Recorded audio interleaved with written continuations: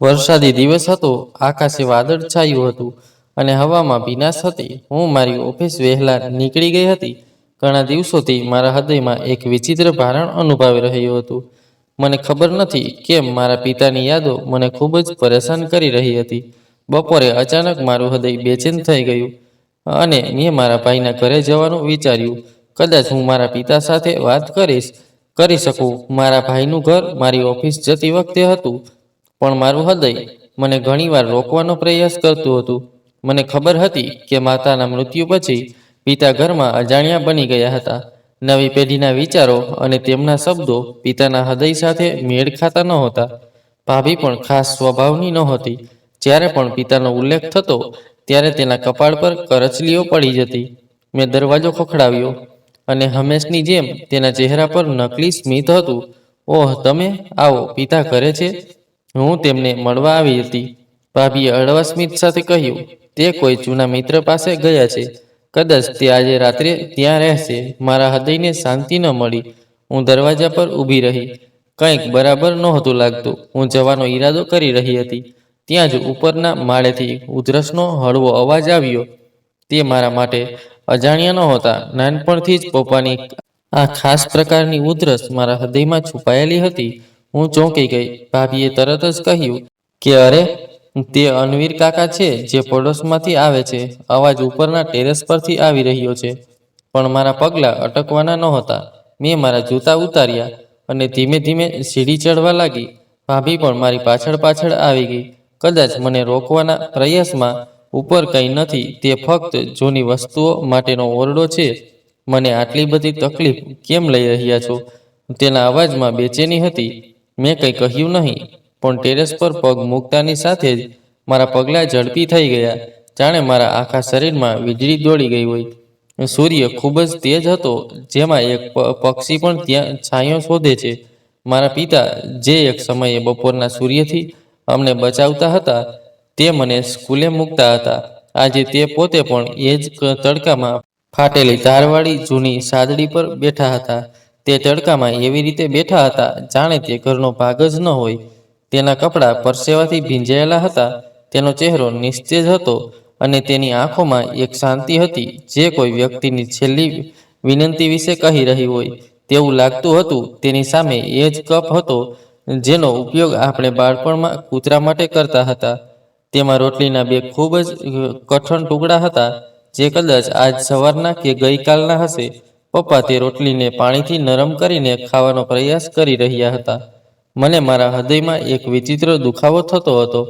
એવું લાગતું હતું કે મારી જીભ કડક થઈ ગઈ. હું શાંતિથી ઊભી રહીને જોતી રહી. મારી આંખોમાંથી આંસુ નીકળ્યા વગર મારું હૃદય અંદરથી રડી રહ્યું હતું. મેં કહ્યું, પપ્પા. મારો અવાજ ગભરાયેલો લાગતો હતો. પપ્પાએ આશ્ચર્યથી મારી સામે જોયું. ખુશી અને શરમ બધું જ તેમની આંખોમાં દેખાઈ રહ્યું હતું. તે બાળકની જેમ ચોંકી ગયા, જાણે તેમને હાથે પકડી લેવામાં આવ્યા હોય. અરે દીકરી, તમે અહીં કેમ આવ્યા છો? પપ્પા, શું થઈ રહ્યું છે? તમે નીચે કેમ નથી? મને ખાંસી છે, તે બાળકોને અસર કરી શકે છે. તેથી જ પુત્રવધુએ કહ્યું, થોડા દિવસ ઉપર રહો. મેં કહ્યું, ઠીક છે, તેનાથી શું ફરક પડે છે? મેં પાછળ ફરીને ભાભી તરફ જોયું, જે દરવાજા પર ઊભી હતી. તેની આંખોમાં કોઈ શરમ નહોતી, પણ બેશરમી હતી. જુઓ, આપણે પણ બાળકોનું ધ્યાન રાખવું પડશે, કાળજી રાખવી પડશે. પપ્પાને ખાંસી છે અને તે વૃદ્ધ પણ છે. આપણે તેમને થોડા સમય માટે જગાડ્યા છે. ઠીક છે, તો શું આ કપ છે? મહેમાનો માટે આ રોટલી? ઓહ, હું ફક્ત ખોરાક લાવી રહી હતી. તે તેમની બચેલી રોટલી હતી. એક જૂઠું. હું બધું સમજી ગઈ. મારા પિતાને એટલું માન પણ મળવાનું નક્કી નહોતું જેટલું નોકરને આપવામાં આવે છે. તેઓ તડકામાં હતા કારણ કે તેમના ભાગનો પડછાયો હવે પરિવાર માટે બોજ બની ગયો હતો. જ્યારે પપ્પાએ મારી આંખોમાંથી આંસુ વહેતા જોયા, ત્યારે તેમણે આંખો નીચી કરી દીધી. દીકરી, હું ઠીક છું, ચિંતા ન કર. હું અહીં બેઠો છું. હું આકાશ અને બીજી કેટલીક યાદો જોઈ શકું છું. તેનો અવાજ જાણે એક ઘંટડી લઈને ગળામાં બંધ કરી દીધો હોય તેમ અટકી ગયો. તે તેની આંખોમાં રહેલી ભેજને બળજબરીથી દબાવી રહ્યા હતા. મેં તેનો હાથ પકડ્યો. એ જ હાથ જે મારા માટે છત્રી હતો, તે આજે તડકામાં બળી રહ્યો હતો. મારા હૃદયે નક્કી કરી લીધું હતું કે કંઈક બદલવું પડશે. આ જુલમ હવે નહીં. મારું પહેલું પગલું પપ્પાને આ ઘરમાંથી બહાર કાઢીને મારા ઘરે લઈ જવાનું હતું. મેં પપ્પાને તાત્કાલિક મારા ઘરે લાવ્યા નહીં, પણ તે દિવસ પછી મારા હૃદયને શાંતિ નહોતી. દરરોજ બપોરે હું તેમના માટે કંઈક ને કંઈક લઈ જતી, તેમની પાસે થોડીવાર બેસતી, તેમની વાત સાંભળતી, તેમનું દુઃખ શેર કરવાનો પ્રયાસ કરતી. ટેરેસ પરનો તે ઓરડો હવે મારા માટે સામાન્ય બની ગયો હતો, પણ કદાચ મારા આ પ્રેમથી કોઈને તકલીફ થવા લાગી હતી. એક દિવસ જ્યારે હું હંમેશની જેમ પપ્પાને મળવા ગઈ, ત્યારે તેમનો ચહેરો ઉદાસ દેખાતો હતો. જ્યારે મેં તેમને પૂછ્યું, ત્યારે તેમણે ફક્ત એટલું જ કહ્યું, દીકરા, અહીં વારંવાર ન આવો. બધાને તે ગમતું નથી. પપ્પા, હું તમારી દીકરી છું. શું હું તમને મળવા પણ ન આવું? તે શાંત થઈ ગયા. તેની આંખોમાં એવી ગભરાટ હતી, જાણે કોઈ તોફાન આવવાની ચેતવણી આપી રહી હોય. તે જ સાંજે જ્યારે હું નીચે ઉતરી રહી હતી, ત્યારે અચાનક મને સીડીના વળાંક પર ભાભીનો અવાજ સંભળાયો. તે કોઈની સાથે ફોન પર વાત કરી રહી હતી. તેનો અવાજ ઘણો જોરદાર હતો. હા, મેં તેને ઘણીવાર જોયો છે. તે મને વિચિત્ર નજરે જુએ છે. તે વૃદ્ધ થઈ ગયો છે, પણ મને તેના ઈરાદા પર શંકા છે. હવે હું બહાના શોધી કાઢું છું. તેઓ મને કોઈ બહાનાથી ફોન કરે છે. ક્યારેક તેઓ તેમનો રસ્તો શોધી કાઢે છે અને ક્યારેક કંઈક બીજું. મારા પગલાં ત્યાં જ અટકી ગયા. મારી આંખો ખુલી રહી ગઈ. શું તે મારા પિતા વિશે આવું કહી રહી છે? શું તે ખરેખર મને આ રીતે દોષ આપી રહી છે? હું આગળ વધીને તેની સામે આવી. તું મારા પિતાને દોષ આપી રહી છે? ભાભી ચોંકી ગઈ, પણ ટૂંક સમયમાં પોતાને શાંત કરી. હું તને દોષ નથી આપી રહી. બસ એ જ કે તે મને વિચિત્ર રીતે જુએ છે. મારા હૃદયને તે ગમતું નથી, અને તું રોજ તેની પાસે જાય છે. તને ખબર હોવી જોઈએ કે તે તારા સસરા છે. તને શરમ નથી આવતી? મેં ગુસ્સાથી બૂમ પાડી. તે જ ક્ષણે ભાઈ આવ્યો. શું તેના ચહેરા પર શંકા અને ગંભીરતાનો પડછાયો હતો?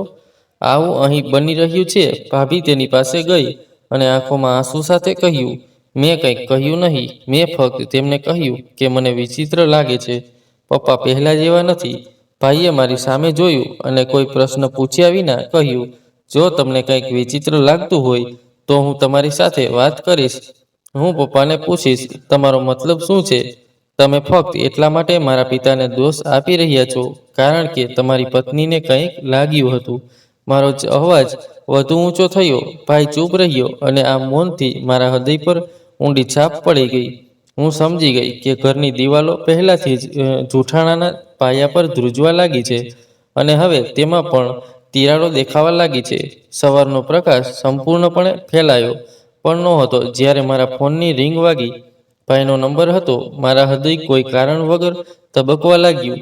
મેં ફોન ઉપાડ્યો ત્યારે પાછળથી અવાજ સંભળાયો, બસ થઈ ગયું. હવે હું સહન કરી શકતો નથી.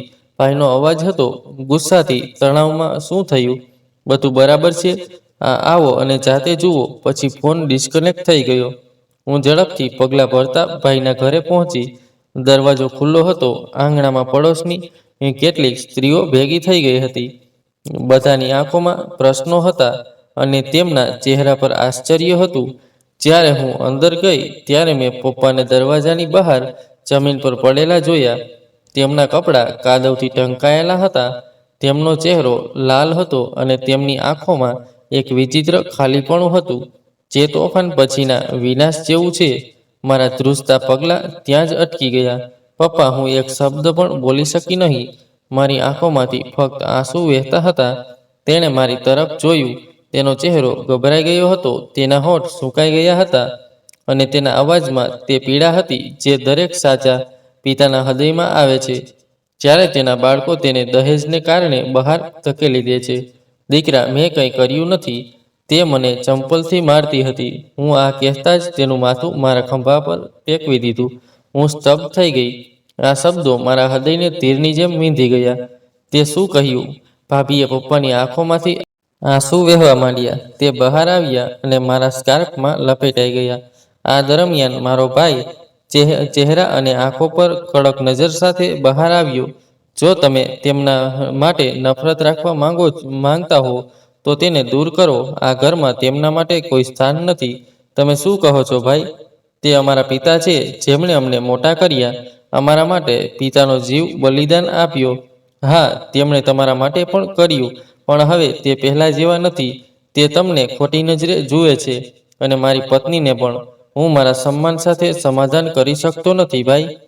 થોડી શરમ રાખો. તમે તમારી પત્નીના થોડા ખોટા શબ્દો સાથે તમારા પિતાને દોષી ઠેરવી રહ્યા છો અને પોતાને તેમનો પુત્ર કહી રહ્યા છો. ભાઈએ મારી સામે જોયું અને કદાચ પહેલી વાર તેણે મારી આંખોમાં તે નફરત જોઈ જે મેં આજ સુધી મારા પ્રત્યે સહન કરી હતી. પરંતુ હવે તે મારા પિતાના સન્માન વિશે છે. પપ્પાના હાથ મારા હાથમાં ધ્રુજતા હતા. તેમણે ધીમેથી કહ્યું, હું તારી સાથે રહેવા માંગુ છું દીકરા. હું હવે અહીં રહી શકતો નથી. મેં પપ્પાને ટેકો આપ્યો અને ધ્રુજતા પગલાઓ સાથે તેમને મારી કારમાં બેસાડ્યા. પડોશની સ્ત્રીઓ ચૂપ રહી અને તમાશો જોતી રહી. કોઈએ કંઈ કહ્યું નહીં. કદાચ બધાને સત્ય સમજાયું હશે, પણ કોઈમાં તે બોલવાની હિંમત નહોતી. પપ્પા રસ્તામાં ચૂપ હતા.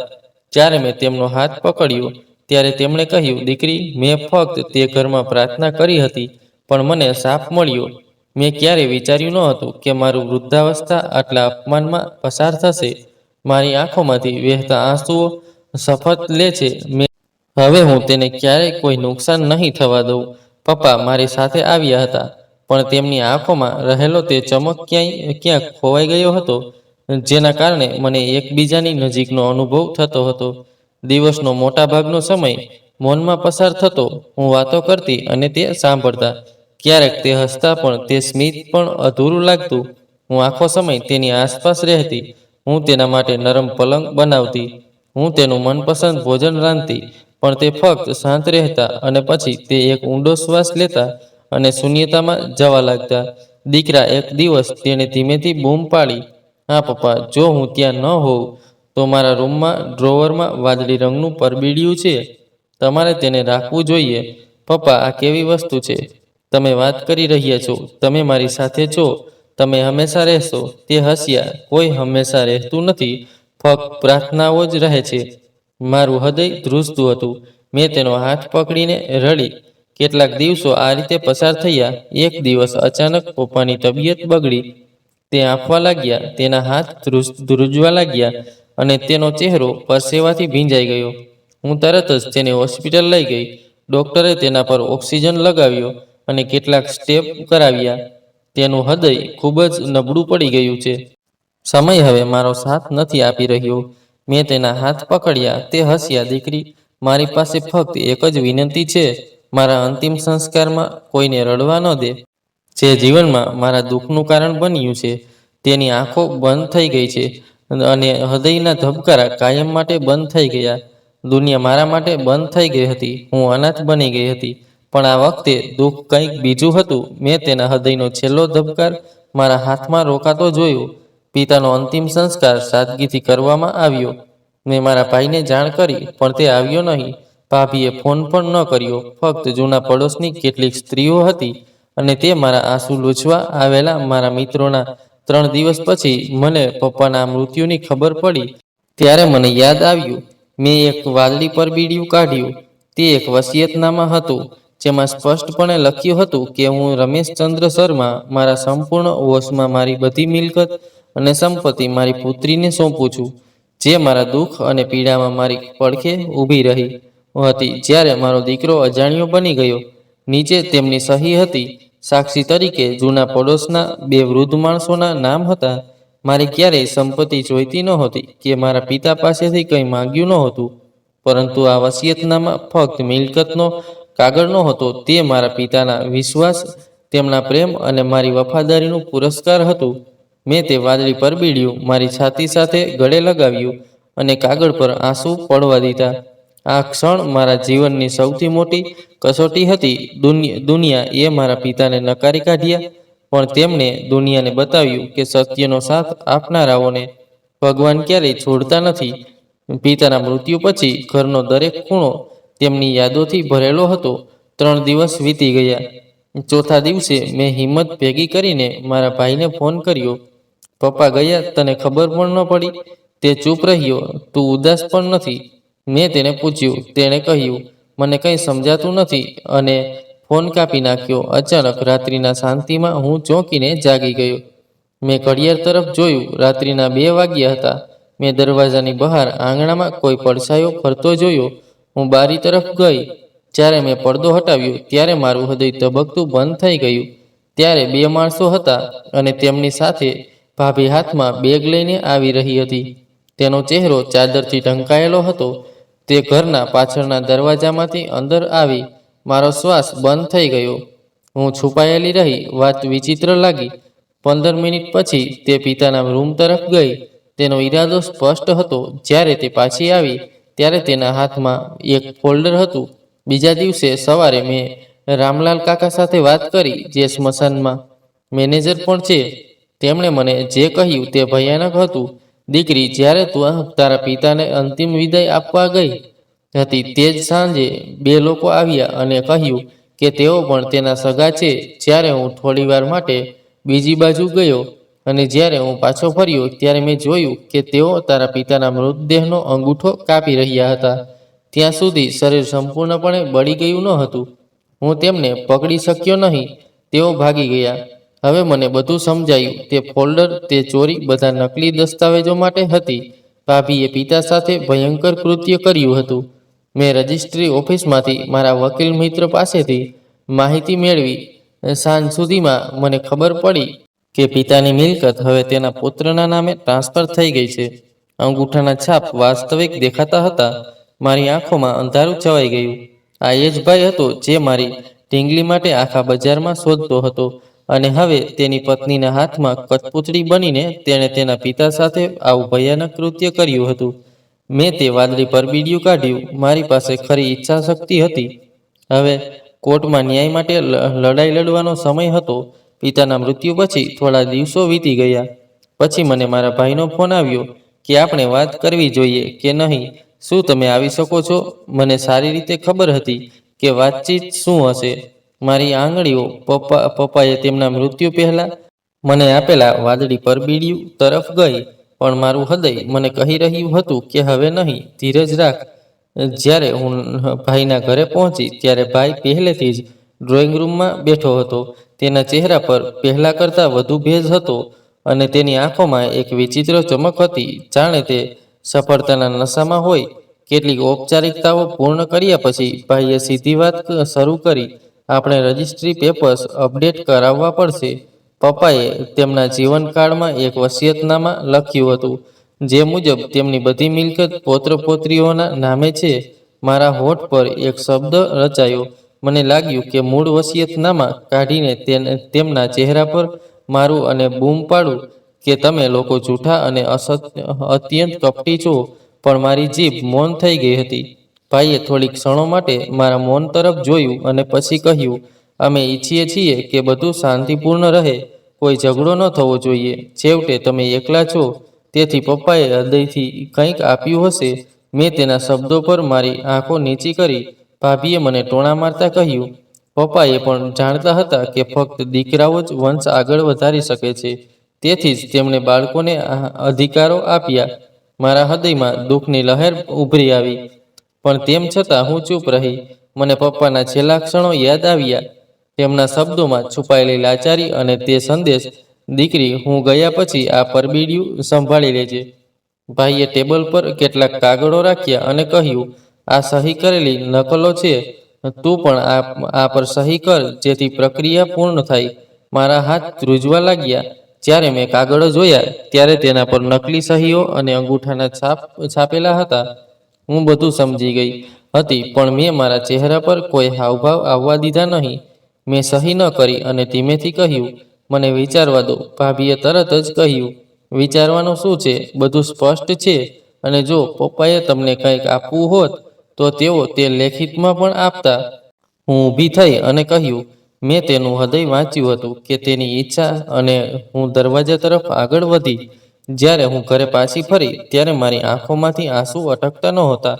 મને ખબર હતી કે હવે માટે જૂઠાણું જીતી ગયું છે, પણ હું મારા પપ્પાની દીકરી પણ છું, જે ચૂપ રહી શકે છે પણ નબળી નથી. હું તે રાત્રે ઊંઘી શકી નહીં. હું તે પરબીડિયું વારંવાર ખોલતી રહી અને તેને વાંચતી રહી અને મારી આંગળીઓથી પપ્પાના હસ્તાક્ષરને સ્પર્શ કરતી રહી, જાણે મેં તેમનો હાથ પકડ્યો હોય. હવે પપ્પા માટે ન્યાય ફક્ત વસિયતનામાથી નહીં, પણ મારા પરિણામોથી થશે. 40 દિવસ વીતી ગયા.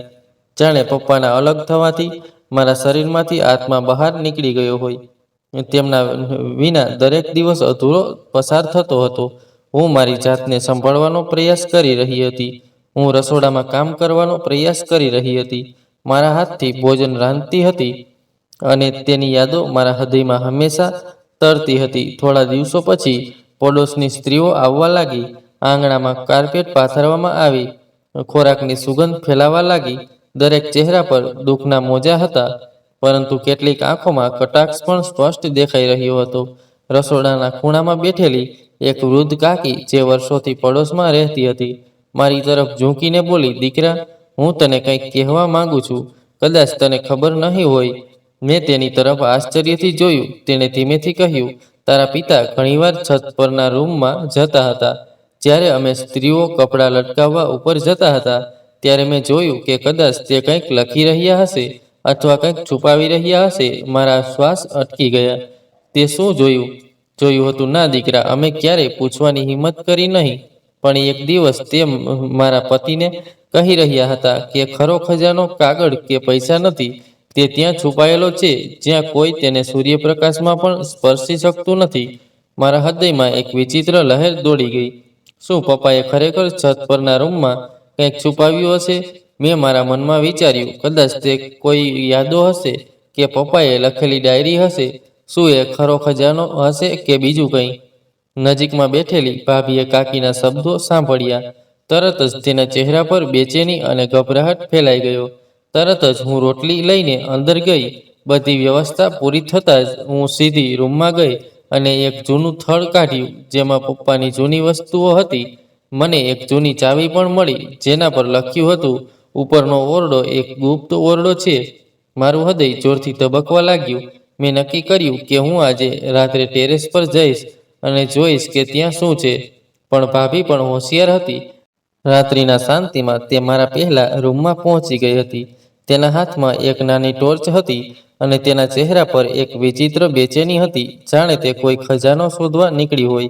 તેના પગલાઓમાં ઘણી ઉતાવળ હતી અને તેની આંખોમાં લોભની ચમક હતી. તેણે પહેલા જ દિવસે કોઈ બહાનાથી ટેરેસ પરના રૂમનું તાળું ખોલ્યું હતું. તેણે ધીમે ધીમે દરવાજો ખોલ્યો અને ટોર્ચના પ્રકાશમાં રૂમનું નિરીક્ષણ કરવાનું શરૂ કર્યું. ભાભી ઉતાવળમાં બધી વસ્તુઓ તપાસવા લાગી. તેણે દરેક કપડાની તપાસ કરી અને દરેક બોક્સ ખોલ્યું. તેણે દિવાલો પરના જૂના ખીલા પણ હાથથી શોધ્યા, પણ તેને જે જોઈતું હતું તે મળ્યું નહીં. તેણે ક્યાંક છુપાવ્યું છે. ચોક્કસ તે ઘરેણાં હશે કે જમીનના મૂળ કાગળો. બધા કહી રહ્યા હતા કે તેણે કંઈક છુપાવ્યું છે. તે વૃદ્ધે બધું છુપાવી દીધું છે અને એક વિચિત્ર તમાશો બનાવીને ચાલ્યો ગયો છે. એવું લાગતું હતું કે સમય થંભી ગયો છે. ભાભીના કપાળ પર પરસેવો છૂટી ગયો, પણ હાર સ્વીકારવી તેના સ્વભાવમાં નહોતી.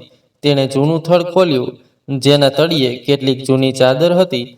તેમાંથી એક નીચે તેને એક નાનું લાકડાનું બોક્સ મળ્યું. તેણે ઝડપથી તેને ઉપાડ્યું અને ખોલ્યું. અંદર તેને ફક્ત થોડા જૂના સિક્કા, એક કાટ લાગેલું બંગડી અને થોડી વીંટીઓ મળી, જે કદાચ માતાના દહેજમાંથી બચેલી થોડી વસ્તુઓ હતી. તેના ચહેરા પર નિરાશા ફેલાઈ ગઈ. તેને જે વસ્તુ શોધી રહી હતી તે મળી નહીં. તે દરમિયાન અચાનક તેનો પગ લાકડાના ટુકડા સાથે અથડાયો અને તેણે એક કબાટ જેવો ભાગ જોયો, જેના પર કાદવનો જાડો થડ જમા થયો હતો. તેણીએ કપડાથી તેને સાફ કર્યું અને દરવાજો ખોલ્યો, પરંતુ અંદરથી તેણીને ફક્ત તેના સાસરિયાઓના કેટલાક જૂના બિલ, જમીનના નકશા અને સરકારી ખેતરના દસ્તાવેજો મળ્યા. કેટલાક ટુકડાઓ હતા જે હવે નકામા થઈ ગયા હતા. ભાભીના ચહેરા પરથી સ્પષ્ટ દેખાઈ રહ્યું હતું કે તે ખૂબ જ નિરાશ હતી. તેણે બધું ભેગું કર્યું, પણ જતા પહેલા પપ્પાના ફોટાને જોયા પછી તે એક ક્ષણ માટે અટકી ગઈ. તેની આંખો ફોટામાં એવી રીતે ફસાઈ ગઈ કે જાણે તે કંઈક કહેવા માંગતી હોય, કંઈક પૂછવા માંગતી હોય. "શું તમે ખરેખર કંઈક છુપાવ્યું હતું કે આ બધું માત્ર એક ભ્રમ હતો?" ભાભીના મનમાં શંકાનું બીજ વાવી દેવામાં આવ્યું હતું, પણ જમીન એ જ હતી જ્યાં પાક હજુ સુધી ઉગ્યો ન હતો. તે નીચે પાછી ગઈ, પણ તેના હૃદયની બેચેની તેના ચહેરા પર આવી ગઈ હતી. અને હું એક ખૂણામાંથી શાંતિથી આ બધું જોઈ રહી હતી, મૌન પણ સતર્ક. મને ખબર હતી કે આ રૂમમાં ચોક્કસ કંઈક તો છે, જે ફક્ત વસ્તુમાં જ નહીં પણ સમયમાં પણ છુપાયેલું છે. અને તે સમયનો પડદો પણ ટૂંક સમયમાં ઊંચકાશે. આ ફક્ત તેને શોધવાનો પહેલો પ્રયાસ હતો. સાચું રહસ્ય હજુ આવવાનું બાકી હતું અને પપ્પાએ તે રાત્રે મારા માટે સાચવી રાખ્યું હતું. છતના રૂમમાં તે શાંત નહોતું. ભાભી નીચે આવી પણ હૃદયમાં બેચેની સાથે તેની આંખો વારંવાર ઉપર જોઈ રહી હતી, જાણે કંઈક ત્યાં રહી ગયું હોય, કંઈક ચૂકી ગયું હોય, અથવા કદાચ હૃદયમાં રહેલી શંકા હજુ દૂર થઈ ન હોય. બીજા દિવસે સાંજે જ્યારે બધા રાત્રિ ભોજનમાં વ્યસ્ત હતા, ત્યારે ભાભીએ ફરી એકવાર ઉપર જવાનું નક્કી કર્યું. આ વખતે કોઈ અવાજ નહોતો કે કોઈની પરવાનગી લેવામાં આવી ન હતી. તેના મનમાં એવું ચાલી રહ્યું હતું કે કદાચ તે દિવસના અજવાળામાં કંઈક જોઈ શકે જે રાત્રિના અંધારામાં છુપાયેલું હતું. તે ઝડપથી સીડીઓ ચડી અને છત પરના રૂમનો દરવાજો ખોલ્યો. સૂર્યપ્રકાશ હવે ઝાંખો થઈ ગયો હતો અને ઓરડો સંપૂર્ણપણે અંધારું થઈ ગયું હતું. ફરી એકવાર તેણે ટોર્ચ કાઢી અને રૂમના દરેક ખૂણાનું નિરીક્ષણ કરવા લાગી. આ વખતે તેની નજર એક ખૂણામાં રાખેલા જૂના બોક્સ પર પડી. તેને ઉપાડવા માટે હાથ લંબાવતાની સાથે જ જમીન પર થોડો ખખડાટ થયો. તે કોઈ હળવો અવાજ નહોતો, પણ એક ખડખડાટ હતો જેણે આખા વાતાવરણમાં શિષ્કારો ફેલાવી દીધો. તેનું હૃદય ધબકવા લાગ્યું અને તે એક ડગલું પાછળ હટી ગઈ. તેઓ દૂર જવા લાગ્યા, પણ ત્યાં સુધીમાં ઘણું મોડું થઈ ગયું હતું. રૂમના ખૂણામાંથી એક લાંબો કાળો સાપ બહાર આવ્યો હતો. ધીમે ધીમે તે ભાભી તરફ આગળ વધી રહ્યો હતો અને ટોર્ચના પ્રકાશમાં તેની આંખોમાં ચમક સ્પષ્ટ દેખાઈ રહી હતી. ભાભીએ ચીસો પાડવાનો પ્રયાસ કર્યો, પણ અવાજ તેના ગળામાં જ અટવાઈ ગયો. તે પાછળ હટી, તેના પગલાં થોભી ગયા અને તે પડી શકે તે પહેલા સાપે તેના પગ પર હુમલો કર્યો. એક તીક્ષ્ણ ડંખ, સળગતો દુખાવો અને તેના મોંમાંથી ધ્રુજતી ચીસો નીકળી. સાપે તેનો પગ કરડ્યો હતો. તે ફ્લોર પર પડી ગઈ. તે તેના હાથથી ફ્લોર ઘસી રહી હતી અને ચીસો પાડવાનો પ્રયાસ કરી રહી હતી, પણ એવું લાગતું હતું કે તેની જીભ કામ કરતી બંધ થઈ ગઈ છે. શરીર શૂન્ય થવા લાગ્યું અને આંખો સામે અંધારું છવાઈ ગયું. નીચે બેઠેલા લોકોએ તેની ચીસો સાંભળી અને બધા ગભરાઈને દોડી ગયા. ભાઈ, હું અને પડોશની સ્ત્રીઓ તરત જ ઉપર ગયા. આ દ્રશ્ય જોઈને બધાના ચહેરા ફીકા પડી ગયા. ભાભી જમીન પર પીડાથી કણસતી હતી. તેનો ચહેરો ફીકો પડી ગયો હતો અને તેને શ્વાસ લેવામાં તકલીફ પડી રહી હતી. ભાઈએ એમ્બ્યુલન્સ બોલાવી અને માત્ર 10 મિનિટમાં હોસ્પિટલ પહોંચી ગયા હતા. પરંતુ ડોક્ટરનો ચહેરો કહી રહ્યો હતો કે શરીરમાં ઝેર ખૂબ ફેલાઈ ગયું છે. અમે અમારા શ્રેષ્ઠ પ્રયાસો કરી રહ્યા છીએ, ડોક્ટરે કહ્યું, પણ ઝેર ખૂબ જ ખતરનાક હતું. ભાઈની આંખો ભયથી ભરાઈ ગઈ. ભાભીનો હાથ તેના હાથમાં હતો અને પહેલીવાર મેં તેના ચહેરા તરફ જોયું. એ જ ભાઈ જેણે પોતાના પિતાને ઘરમાંથી કાઢી મૂકવા માટે એક ક્ષણ પણ ન છોડી. ખરેખર મુશ્કેલી જોઈ આજે તે પોતાની પત્નીને પીડામાં જોઈને ભાંગી પડ્યો હતો. અમે આખી રાત હોસ્પિટલમાં રહ્યા. ભાભીની હાલત બગડતી રહી. ક્યારેક તેની આંખો બંધ થઈ જતી અને ક્યારેક તે પાગલની જેમ બડબડાટ કરતી. રૂમ, છત, ખજાનો બધું મારું છે. હું શાંતિથી તેની વાત સાંભળી રહી હતી. હવે સ્પષ્ટ થઈ ગયું હતું કે લોભ વ્યક્તિને અલગ અલગ જગ્યાએ લઈ જઈ શકે છે. ભાભીની હાલત હવે ખૂબ જ નાજુક હતી. ડોક્ટરે કહ્યું કે જો ઝેર વધુ ભાગનો અસર કરે છે તો તે જીવલેણ બની શકે છે. મારા પગ જાણે જમીનમાં દટાઈ ગયા હોય તેવું લાગ્યું. મારી નજર સામે એક ક્ષણો ચમકવા લાગી જ્યારે આ સ્ત્રીએ પપ્પાને ચંપલથી માર્યા હતા અને આજે એ જ સ્ત્રી લાચાર પડીને જમીન પર પડી હતી. દરેક ક્ષણે ભીખ માંગતી હતી. કહેવાય છે કે શ્રાપ સીધા ઉપર જાય છે અને ખાલી હાથે પાછા ફરતા નથી. હવે આ વાસ્તવિકતા મારી સામે એક જીવંત ઉદાહરણ બની ગઈ હતી. ભાભી પલંગ પર શાંતિથી સૂતી હતી. તેનો ચહેરો સફેદ હતો, આંખો ખુલ્લી હતી પણ નિર્જીવ હતી. તેની એક આંખના ખૂણામાંથી આંસુ વહી રહ્યા હતા અને તેનો જમણો ભાગ સંપૂર્ણપણે શૂન્ય થઈ ગયો હતો. જમણો હાથ, પગ અને ચહેરાનો જમણો ભાગ પણ નકામો થઈ ગયો હોય તેવું લાગતું હતું. ડોક્ટરે અમને બાજુ પર લઈ ગયા અને કહ્યું કે ઝેરથી શરીરના ઘણા ભાગોને અસર થઈ છે. તમારી ભાભીને લકવો થયો છે અને કમનસીબે તેનો જમણો ભાગ સંપૂર્ણપણે લકવો થઈ ગયો છે. બીજી બાજુનો ચહેરો પણ પ્રભાવિત છે. આ બધું સાંભળીને મારો ભાઈ ખુરશી પર પડી ગયો. શું આ ક્યારેય સાજી થઈ શકે છે? ડોક્ટરે કહ્યું કે આશા છે કે સમય જતાં થોડો સુધારો થશે, પણ સંપૂર્ણપણે સ્વચ્છ થવું મુશ્કેલ છે. તે ભાભી ભાનમાં છે, પણ તેના શરીરનો એક ભાગ તેને સહકાર આપશે નહીં. જ્યારે હું રૂમમાં પ્રવેશી ત્યારે ભાભીએ મારી સામે જોયું. તેની આંખોમાં એક પછી એક ઘણી લાગણીઓ ઉભરી આવવા લાગી. અફસોસ, શરમ, પીડા અને કદાચ તે શબ્દો જે હવે મોંમાંથી નીકળી શકતા નથી.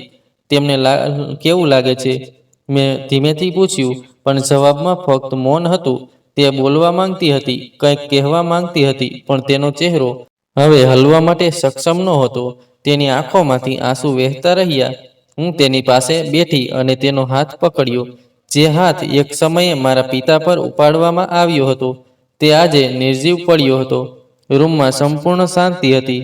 ભાઈ એક ખૂણામાં આંખો નીચી રાખીને ઊભો હતો અને કદાચ તે અંદરથી તૂટી રહ્યો હતો. સમયનું ચક્ર ફરી ગયું હતું અને ન્યાયના પગથિયા ચડી ગયા હતા. પણ હૃદયે કહ્યું કે આ વાર્તા હજી પૂરી થઈ નથી. આ ન્યાયની પહેલી શરૂઆત છે. ભાભીની બીમારી પછી ઘરનું વાતાવરણ ઝડપથી બદલાવા લાગ્યું. એક ભાઈ જે એક સમયે ભાભી માટે આકાશમાંથી તારા લાવતો હતો, તેઓ ભાંગી પડવા તૈયાર હતા. હવે તેઓ ફક્ત ઔપચારિકતા માટે હોસ્પિટલમાં આવતા, તેમના સ્વાસ્થ્ય વિશે પૂછતા અને જતા. થોડા અઠવાડિયા પછી ભાભીને ઘરે પાછા મોકલવામાં આવ્યા. પરંતુ તે જ છતનો ઓરડો જ્યાં મારા પિતાને તડકામાં બેસાડવામાં આવ્યા હતા, તે હવે ભાભી માટે ખુલ્લો મૂકવામાં આવ્યો. તેમનો પલંગ એક જૂના પંખા નીચે રાખવામાં આવ્યો હતો. મારા પિતાના સમયમાં વપરાતો એ જ જૂનો કપ હવે તેમની સામે રાખવામાં આવ્યો હતો. તે આખો દિવસ છત પર શાંતિથી સૂતી રહેતી અને સાંજે નોકરાણી તેના મોંમાં ખોરાકનો ટુકડો નાખતી. હવે તેના હોઠ પર કોઈ અવાજ નહોતો, ફક્ત તેની આંખમાં ભેજ બાકી હતો. થોડા દિવસો પછી બીજા સમાચારે મારું હૃદય તોડી નાખ્યું. ભાઈએ બીજા લગ્ન કર્યા. નવી કન્યા ખૂબ જ સુંદર, યુવાન અને નાજુક હતી. જે બાળકો પહેલા ભાભીના ખોળામાં રમતા હતા, તેઓ હવે તેમની નવી માતાથી પ્રભાવિત થવા લાગ્યા હતા. મોટી દીકરીએ તો તેની માતા સાથે વાત કરવાનું પણ બંધ કરી દીધું હતું અને દીકરો હવે ગુસ્સામાં તેની માતાથી દૂર રહેવા લાગ્યો હતો. નવી માતાએ ટૂંક સમયમાં ઘર પર પોતાનો કબજો મજબૂત કરી દીધો અને બાળકોને ભાભીથી દૂર રાખ્યા. ઘણીવાર એવું સાંભળવા મળે છે કે માતા બીમાર છે અને તેને દુર્ગંધ આવે છે અને અમે તેના રૂમમાં જવા માંગતા નથી. જે બાળકો માટે ભાભી એક સમયે દુનિયા સામે લડી હતી અને તેના સસરા સાથે આ રીતે વર્તતી હતી, તે આજે પોતાની બીમારીથી પીડાઈ રહી છે. તે શરમમાં પોતાનો ચહેરો છુપાવીને ફરતી હતી. એક દિવસ હું તેની પાસે ગઈ, તેના પલંગ પાસે બેઠી અને તેનો હાથ પકડ્યો. તેણે ખૂબ જ મુશ્કેલીથી આંખો ખોલી. તેના ચહેરા પર કોઈ ફરિયાદ નહોતી, ફક્ત ઉજળતા દેખાતી હતી. મેં ધીમેથી કહ્યું, તમને યાદ છે જ્યારે તમે કહ્યું હતું કે પપ્પાની હાજરી બાળકો માટે ખતરો છે? આજે તમને તે બાળકોથી કોઈ ખતરો નથી લાગતો? તે બોલી શકતી નહોતી. તેની આંખોના ખૂણામાંથી ફક્ત આંસુ વહી રહ્યા હતા. હવે ભાઈની નવી પત્ની ઘરની રખાત બની ગઈ હતી અને ભાભી હવે ફક્ત એક પડછાયો, એક બોજ, એક અસ્તિત્વ બની ગઈ હતી જેને દરેક વ્યક્તિ ભૂલી જવા માંગતી હતી. પણ હું ભૂલી ન હતી. મેં પપ્પાની તસવીર મારા હૃદયમાં દરેક ક્ષણ અને દરરોજ સજાવી રાખી હતી. ટેરેસ તરફ જોતા મને લાગતું હતું કે આ જ સમય છે. આ એક ક્ષણ હતી જ્યારે સમય ન્યાયનો કબજો સંભાળી રહ્યો હતો અને હજુ ઘણું બાકી છે. એક દિવસ નોકરાણીએ ખોરાક લઈને ટેરેસ પર જતી વખતે બેદરકારીથી કહ્યું કે ખોરાક પડી ગયો છે અને હું તેને એક જૂના કપમાં લાવી છું જે પિતાના સમયમાં વપરાતો હતો. અને આઘાત લાગ્યો. એ જ કપ જેમાં મારા પિતાને ખોરાક આપવામાં આવ્યો હતો, જે કૂતરા માટે રાખવામાં આવ્યો હતો, તે આજે ફરી એકવાર ઉપયોગમાં લેવાઈ રહ્યો હતો. અને આ વખતે તે જોઈને ધ્રુજતો અવાજ મારા પિતાનો નહીં, પણ મારી ભાભીનો હતો. નોકરાણીએ તે કપ તેમની સામે મૂકતા જ ભાભીની આંખોમાં ભય છવાઈ ગયો. તેનું આખું શરીર ધ્રુજવા લાગ્યું અને તે ભાગ્યે જ તેના હોઠ હલાવી શકતી હતી. એક ચીસ નીકળી અને એ ચીસ એવી હતી કે જાણે કોઈ લાંબા સમયથી કેદ થયેલી હવા બહાર આવીને ફરી જીવંત થઈ ગઈ હોય. ના, આ પ્યાલો મારી સામે ના રાખ. તેના શબ્દો હજુ પણ સંપૂર્ણપણે સ્પષ્ટ નહોતા. તે તૂટી ગયા હતા, પણ તે અવાજ, તે ધ્રુજતી વાતો બધું જ કહી રહી હતી. તેની ચીસ સાંભળીને નવી પત્ની ઉપર દોડી આવી. બાળકોએ કાનમાં આંગળીઓ નાખી. ભાઈએ એક ક્ષણ વિચાર્યું, પછી આકાશ તરફ જોઈને ધીમેથી કહ્યું, આ પ્યાલો એક સમયે પપ્પાની સામે આ જગ્યાએ રાખવામાં આવ્યો હતો. નવી પત્નીએ પણ કહ્યું કે તે એક પુરુષ સાથે સહન કરી શકે છે, પણ તે એક સ્ત્રી છે, તે ખૂબ સહન કરી શકે છે. તે શા માટે દુઃખી છે? હું ચૂપ હતી, પણ મારી અંદર એ જ વાત ગૂંજતી હતી, એ જ પડઘો જે પપ્પાના મૌનમાં હતો, એ જ ચીસ જે તેમણે દબાવી હતી અને સહન કરી હતી. આજે એ જ ચીસ ભાભીનો અવાજ બની ગઈ હતી. હું ટેરેસ પર પહોંચીને તેની નજીક બેઠી. તેણે મારી તરફ જોયું. તેની આંખોમાં પીડાની લહેર હતી, જે કદાચ માફી માંગવા માંગતી હતી, અથવા કદાચ આ કપ ન્યાય હતો જેના પર તું હસતી હતી. તેની આંખોમાંથી બે આંસુ વહી ગયા અને ઓશિકામાં ફસાઈ ગયા. મેં તે કપ ઉપાડ્યો અને ફેંકી દીધો અને તેની સાથે સામે એક નવી થાળીમાં ખોરાક મૂક્યો. હું મારા પિતાનું કે બીજા કોઈનું અપમાન સહન કરી શકી નહીં, પણ આ સમયનો ન્યાય છે જે દરેકની સામે આવે છે. ફક્ત ચહેરા બદલાતા રહે છે. તે મારી સામે જોતી રહે છે. કદાચ કંઈક તૂટી ગયું હોય અથવા હૃદયમાં કંઈક જોડાઈ ગયું હોય, પણ હવે સમય ફરક મૌનમાં જ બોલી રહ્યો હતો, અને તે મૌન હજુ પણ છતની દિવાલોમાં પડઘાતું હતું. જ્યારે હું છત પરથી નીચે આવી, ત્યારે મારા હૃદય પર એક વિચિત્ર ભાર હતો. એવું લાગતું હતું કે મારો શ્વાસ વચ્ચે વચ્ચે આવી રહ્યો હતો. દરેક પગલાં ઘર એવું લાગ્યું કે હું કોઈ આંતરિક ભાર વહન કરી રહી છું. રૂમમાં પ્રવેશતા હું પપ્પાના ચિત્ર સામે બેઠી. એ જ જૂનું ચિત્ર જે મેં તેમના અંતિમ સંસ્કાર પછી મારા પલંગ પાસે રાખ્યું હતું. ચિત્રમાં તેમનો હસતો ચહેરો જોઈને મારી આંખોમાંથી મૌન આંસુ વહી ગયા. મેં મારા હાથ જોડીને મારા હૃદયમાં કહ્યું, હે ભગવાન, મારા પપ્પાનો બદલો પૂર્ણ થયો છે. આ પ્રાર્થના નહોતી. તે એક પીડાદાયક પ્રાર્થના હતી. તે ઘા સહન કરનાર માટે રાહત હતી. હું જાણતી હતી કે આપણે બહુ આપવા માટે મંજૂર નથી, પરંતુ જેણે અન્યાય સહન કર્યો છે તેનું મૌન પણ ક્યારેક પ્રાર્થના બની જાય છે. અને પપ્પાનું મૌન તેમનો સૌથી મોટો અવાજ હતો. મેં પપ્પાના ફોટાને સ્પર્શ કર્યો, જાણે હું તેમને ગળે લગાવી રહી હોઉં, અને ધીમેથી કહ્યું, પપ્પા, મેં તમારો અધિકાર લીધો, તમારું સન્માન બચાવ્યું, તમારું નામ નિષ્કલંક રાખ્યું. હવે તમે શાંતિથી સૂઈ શકો છો. તે જ ક્ષણે બારીમાંથી ઠંડી પવન આવ્યો, જાણે પપ્પાના આશીર્વાદ મારી ચારે બાજુ ફેલાઈ ગયા હોય. રૂમમાં એક વિચિત્ર સુગંધ ફેલાઈ ગઈ, અને એક ક્ષણ માટે એવું લાગ્યું કે કોઈ મારા માથા પર થપથપાવી રહ્યું છે, જાણે કહી રહ્યું હોય, દીકરી, મેં તારું સન્માન રાખ્યું છે. મેં મારી આંખો ખોલી અને મારું હૃદય આ શાંતિથી ભરાઈ ગયું. બદલાની આગ મને ક્યારેય બાળી ન હતી, પણ સત્યના પ્રકાશે બધો અંધકાર દૂર કર્યો. મેં પપ્પા માટે બદલો લીધો નહીં, પણ સમયે લીધો, અને ન્યાય કરવા માટે સમય કરતાં વધુ સારું કોઈ નથી. હવે આ વાર્તામાં એક નવો વળાંક આવવાનો હતો, કારણ કે ન્યાય થયા પછી પણ કંઈક સમાપ્ત થતું નથી, કંઈક બીજું રહે છે. છત પરના ઉજ્જળ રૂમમાં ક્યાંક કોઈના હૃદયમાં જીવન ધીમે ધીમે સન્માન કરતાં વધુ બેભાન થઈ ગયું હતું. ભાભીનું શરીર પહેલેથી જ લકવાગ્રસ્ત હતું. જ્યાં પણ તે તેમને છોડીને જવા લાગ્યો, ભાઈની નવી પત્નીએ ઘરનો સંપૂર્ણ કબજો લઈ લીધો હતો. તેના ચાલાક શબ્દોમાં મીઠાશ અને તેના ચહેરા પર નિર્દોષતાનો પડદો એટલો મજબૂત હતો કે બાળકો પણ છેતરાઈ ગયા. તેણે ધીમે ધીમે ભાભીના બાળકોને તેની વિરુદ્ધ કરવા માટે ઝુંબેશ શરૂ કરી. હવે તમારી માતા વિશે કંઈ કરી શકાતું નથી. તે પથારીમાં બંધ છે, અને આ ઘર તમારા પિતાએ તમારા માટે બનાવ્યું છે. જો તમે સન્માન સાથે જીવવા માંગતા હો, તો તમારી નવી માતાને તમારી માતા માનો. બાળકો નિર્દોષ હતા. તે સ્ત્રી ભટકવા લાગી. ખૂબ જ ચાલાકીથી તે તેમના હૃદયમાં પ્રવેશી ગઈ. જ્યારે પણ હું ભાભીને મળવા જતી, ત્યારે તે મારી સામે એવી રીતે જોતી રહેતી કે જાણે તે કંઈક કહેવા માંગતી હોય.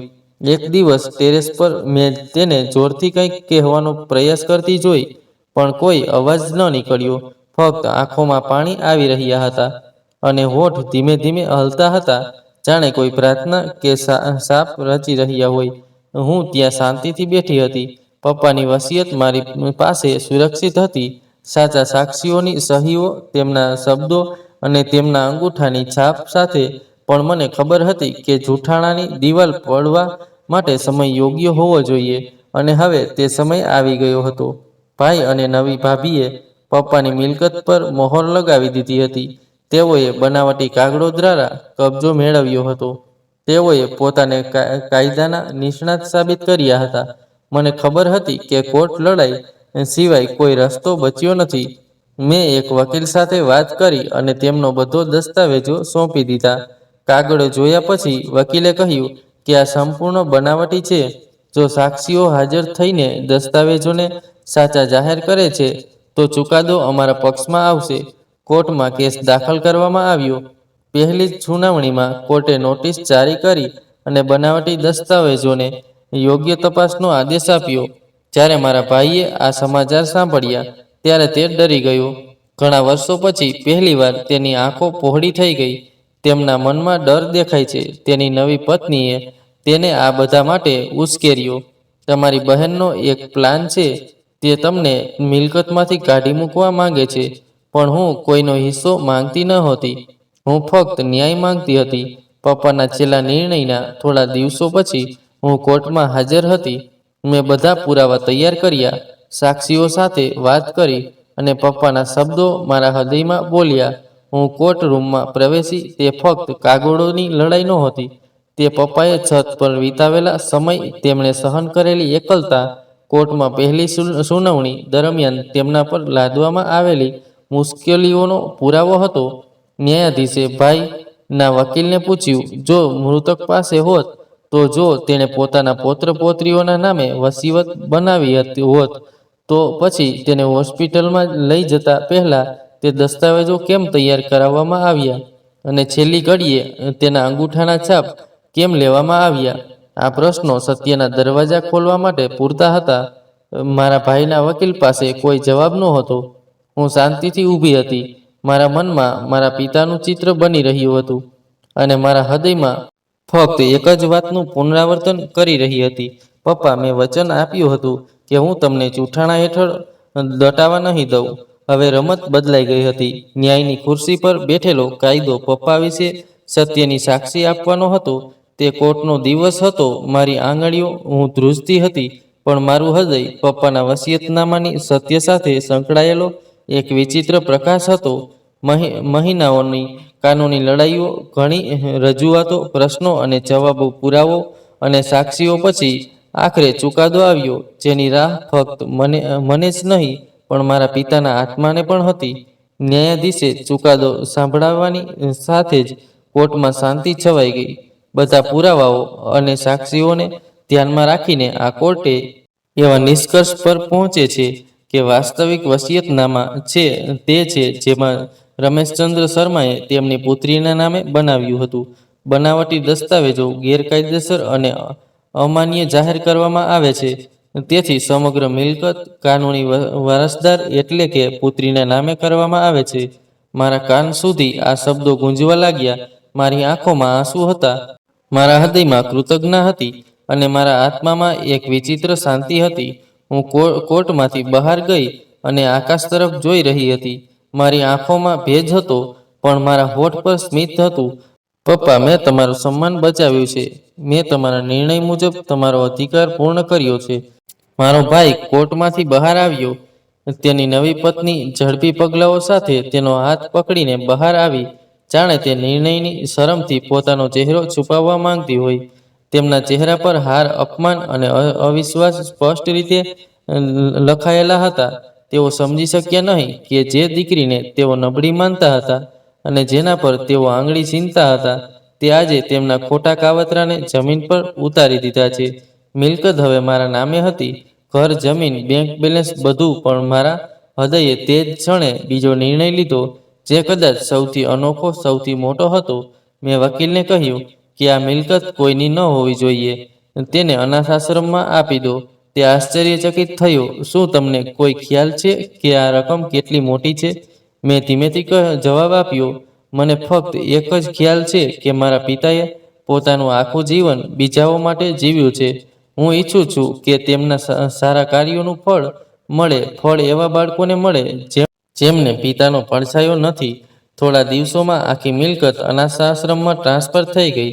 જ્યારે હું પહેલીવાર નથુરામ આશ્રમના બાળકોને મળી, તેમના ચમકતા ચહેરા જોઈને મને જે શાંતિ મળી તે દુનિયાની કોઈ પણ સંપત્તિને મળી નથી શકતી. મેં ત્યાં દિવાલ પર પપ્પાનો ફોટો લગાવ્યો અને નીચે લખ્યું કે આ ઘર એવા બાળકો માટે છે જેમના પિતા નથી પણ માતા અને બહેનો છે જે તેમને આશીર્વાદ આપે છે. ભાઈની હાલત દિવસે ને દિવસે બગડતી રહી. તે ગર્વથી ભરેલો હતો. આજે તે શરમના ચાદરમાં ચહેરો લપેટીને ફરતો હતો.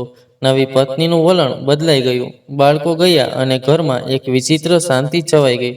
ભાભીની હાલત વધુ ખરાબ થઈ ગઈ હતી. લખવા પછી તેની જીભ સંપૂર્ણપણે બંધ થઈ ગઈ હતી. કોઈ શબ્દો બહાર આવતા ન હતા. ફક્ત આંખો જ બધું કહી રહી હતી કે હું એક છું. તે દિવસે હું તેની પાસે ગઈ. તે શાંતિથી સૂઈ રહી હતી, થાકેલી અને સુકાઈ ગઈ હતી. મેં મારો હાથ તેના હાથ પર મૂક્યો જે નિર્જીવ લાગતો હતો. તેણે મારી તરફ જોયું અને તેની આંખોમાંથી આંસુ વહેવા લાગ્યા. હવે તે ન તો માફી માંગી શકતી હતી કે ન તો કોઈ સમજૂતી આપી શકતી હતી, પરંતુ તેની આંખોમાં ઉદાસી અને પસ્તાવો સ્પષ્ટ દેખાઈ રહ્યો હતો. મેં ધીમેથી કહ્યું, મેં તમારી પાસેથી બદલો લીધો નથી, મેં હમણાં જ ન્યાય કર્યો છે. તે સતત મારી સામે જોતી રહી. કદાચ તે ક્ષણે તે વસ્તુએ તેના હૃદયને થોડી રાહત આપી હશે, અથવા કદાચ તેનાથી પીડા વધુ ગહન થઈ ગઈ હશે. હું ઊભી થઈ, આકાશ તરફ જોયું અને વિચાર્યું કે આ સમયનો ન્યાય હતો જે પૂર્ણ થઈ ગયો છે. કુદરતની જેમ ઠંડી સવારની હવામાં એક ખાસ શાંતિ હતી. જે પણ કંઈક એવું કર્યું હશે જે શબ્દોમાં વ્યક્ત ન કરી શકાય, પણ તે હૃદય સુધી પહોંચતું હતું. સફેદ દુપટ્ટો પહેરીને, માથું નમાવીને હું તે સ્થાન તરફ આગળ વધી રહી હતી જ્યાં મેં મારા પિતાની રાખ વિસર્જિત કરી હતી અને જ્યાં મેં તેમની સાથે છેલ્લી ક્ષણો વિતાવી હતી. મને તે ક્ષણ યાદ આવવા લાગી જ્યારે તેમનો ઠંડો હાથ મારી આંગળીઓને સ્પર્શી રહ્યો હતો. અને આજે હું એ જ સ્થાન પર ઊભી હતી. મેં માથું નમાવ્યું અને મારા હાથ જોડી દીધા. મારા અવાજ ભીનો હતો. પપ્પા, હું તમારી દીકરીએ તમને ન્યાય અપાવ્યો. તેણે તમારા અધિકારો, તમારું સન્માન, તમારું નામ બધું પાછું લાવ્યું. મારી આંખોમાંથી આંસુ ટપકી પડ્યા અને તે માટીમાં સમાઈ ગયા. મને ખાતરી છે કે તમે મને જોઈ રહ્યા હશો અને તમે હસતા હશો. તમે કહ્યું હતું કે તમારી દીકરીઓ પર વિશ્વાસ કરો અને મેં તે વિશ્વાસ નિભાવ્યો છે. હું ત્યાં બેઠી અને તે ક્ષણો યાદ કરવા લાગી જ્યારે તમે મારા માટે દિવાલની જેમ ઊભા રહેતા હતા, જ્યારે હું ડરથી તમારી પાછળ છુપાઈ જતી હતી અને તમે કહેતા હતા, દીકરી, જ્યાં સુધી હું છું ત્યાં સુધી તમને કોઈ થશે નહીં. આજે મેં તે વચન પાળ્યું છે. ત્યાં સુધી હું ત્યાં છું ત્યાં સુધી હું તમારા નામને કલંકિત થવા નહીં દઉં. સૂર્યના કિરણો હવે નરમ થઈ ગયા હતા, જાણે કે તે પુત્રીને પણ સલામ કરી રહ્યા હોય જેણે તેના પિતાના નામને ન્યાય અપાવ્યો હતો. દિવસો વીતતા ગયા, મહિનાઓ વીતતા ગયા, વર્ષો વીતતા ગયા અને જીવન ધીમે ધીમે તેના માર્ગે આવ્યું. પરંતુ તે સમય દરમિયાન જે કંઈ બન્યું તે બધું મારા આત્માનો ભાગ બની ગયું હતું. મારો ભાઈ એકલો રહી ગયો. તેની નવી પત્ની તેને છોડીને ગઈ અને બાળકો નફરતમાં મોટા થયા. ભાભી હજુ પણ જીવતી હતી, પણ નિર્જીવ શરીરની જેમ. ક્યારેક એવું લાગતું હતું કે તે પોતાની આંખોમાંથી માફી માંગી રહી છે, પણ હવે ઘણું મોડું થઈ ગયું હતું. મેં તે જૂનું ઘર વેચી દીધું અને અનાથાશ્રમમાં થોડા વધુ રૂમ બનાવડાવ્યા. ત્યાં ભણતા બાળકોના ચહેરા પર જે સ્મિત આવ્યું તે મારા જીવનનું આશ્વાસન બની ગયું. હું દર અઠવાડિયે ત્યાં બાળકોને મળવા, તેમની સાથે જમવા, તેમની વાર્તાઓ સાંભળવા અને મારા હૃદયમાં ભગવાનનો આભાર માનવા જતી કે તમે મને સત્યનો માર્ગ બતાવ્યો, મને ધીરજ અને જુલમ સામે ઊભા રહેવા માટે પૂરતી હિંમત આપી. અને પછી એક દિવસ જ્યારે મારું પુસ્તક પૂર્ણ થયું ત્યારે મેં તેનું નામ છતનું આસમાન રાખ્યું. તે મારા પિતાની, મારી ધીરજની, મારા આંસુઓની, પ્રાર્થનાઓની અને તે ન્યાયની વાર્તા હતી જે સમય પોતાના હાથે લખે છે. મેં પુસ્તકના છેલ્લા પાના પર એક અવતરણ લખ્યું. એ સાચું છે કે આપણે ભૂલી જઈએ છીએ, પણ સમય ભૂલતો નથી. તે બધું સુરક્ષિત રાખે છે અને એક દિવસ તેનો દોરા સાથે પાછું આપે છે. તો મિત્રો, જો તમને અમારી વાર્તા ગમી હોય તો કૃપા કરીને ટિપ્પણી કરીને અમને જણાવો અને આ વાર્તા તમારા મિત્રો સાથે શેર કરો. કૃપા કરીને વિડીયોને શક્ય તેટલો લાઈક કરો અને શેર કરો. જો તમે ચેનલ પર નવા છો તો કૃપા કરીને સબસ્ક્રાઇબ કરો અને સૂચના ઘંટડી દબાવો જેથી આગામી અપડેટ મળે. આભાર.